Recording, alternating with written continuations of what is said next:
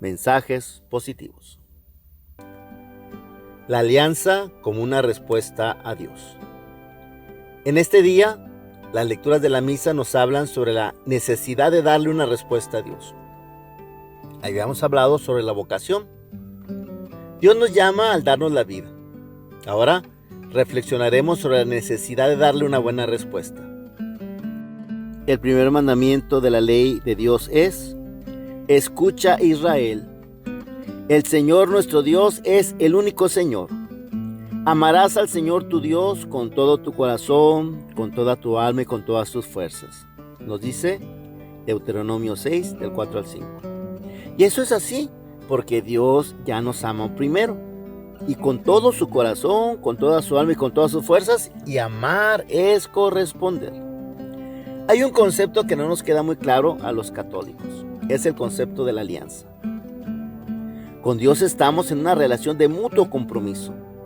Nosotros muchas veces solo vemos la parte que le toca a Dios, pero no nos queda claro la manera como nosotros debemos responder. Vimos en la historia de Saúl cómo fue elegido, a pesar de ser de una de las tribus más pequeñas. Dios le había dado los dones que requería, incluso una gran estatura. Pero lamentablemente Saúl, quien inició siendo muy humilde, al grado de esconderse en el equipaje cuando sabía que le iban a elegir rey en la asamblea de Mizpá, después sintió gusto por el poder absoluto que gozaban los reyes en aquella época. Él había sido consagrado como representante de Yahvé para cuidar de su pueblo, pero empezó a dejarse llevar por sus propias ideas, aunque fueran contrarias a lo que Dios quería. Fue algo que hizo reiterativamente.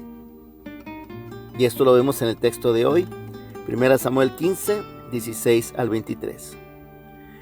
Dios había ordenado que no tuvieran trato con los otros pueblos cananeos para evitar que los contagiaran con sus idolatrías y sus costumbres, que eran contrarias a lo que Dios quería para su pueblo. Costumbres como la de sacrificar a sus primeros hijos. Por eso ordenó Dios que aniquilaran por completo a los otros pueblos. Son de esas cosas del Antiguo Testamento que no son tan difíciles de comprender desde nuestra visión iluminada por Jesús en el Nuevo Testamento. Saúl no obedece y se queda con el botín y deja vivo a Agag, el rey de los amalecitas. Dice que lo había hecho para ofrecer un sacrificio al Señor en Gilgal, y Samuel le responde: ¿crees tú que al Señor le agradan más los holocaustos y los sacrificios que la obediencia a sus palabras? La obediencia vale más que el sacrificio, y la docilidad más que la grasa de los carneros. La rebelión contra Dios es tan grave como el pecado de hechicería, y la obstinación como el crimen de idolatría. Por haber rechazado la orden del Señor, Él te rechaza a ti como rey. Dios espera una respuesta obediente a sus órdenes. La fórmula, si ustedes son mi pueblo, yo seré su Dios, se encuentra en muchas partes como expresión de la alianza. Él nos ha dado unos mandamientos para que los obedezcamos y así podamos caminar por sus caminos. Y tristemente, muchos de nosotros decimos: yo sí soy católico, pero a mi modo. Yo vivo la religión como yo la siento. Y sí me acerco a Dios, pero como a mí me parece.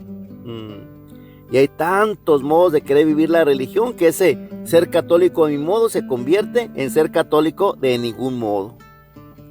La rebeldía y la obstinación contra los mandamientos de Dios aquí se nos ponen al nivel de la hechicería y de la idolatría, que son los peores pecados contra la soberanía divina.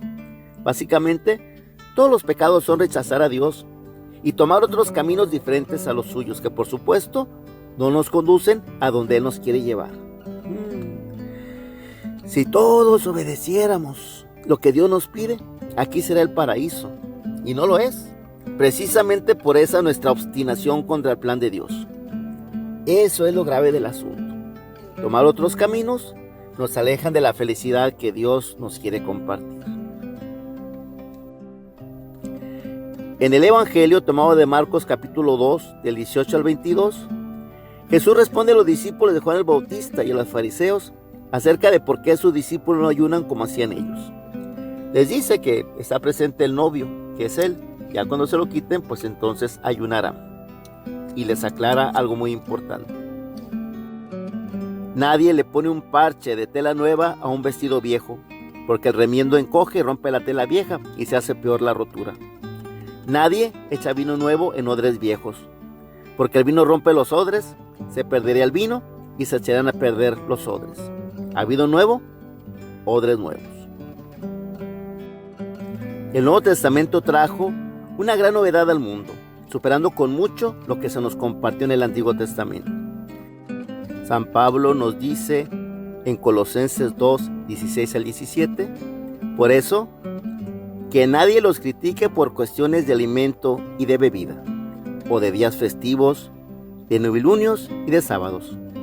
Todas esas cosas no son más que la sombra de una realidad futura, que es el cuerpo de Cristo. Somos miembros del pueblo de la nueva alianza, tan anunciada desde antiguo.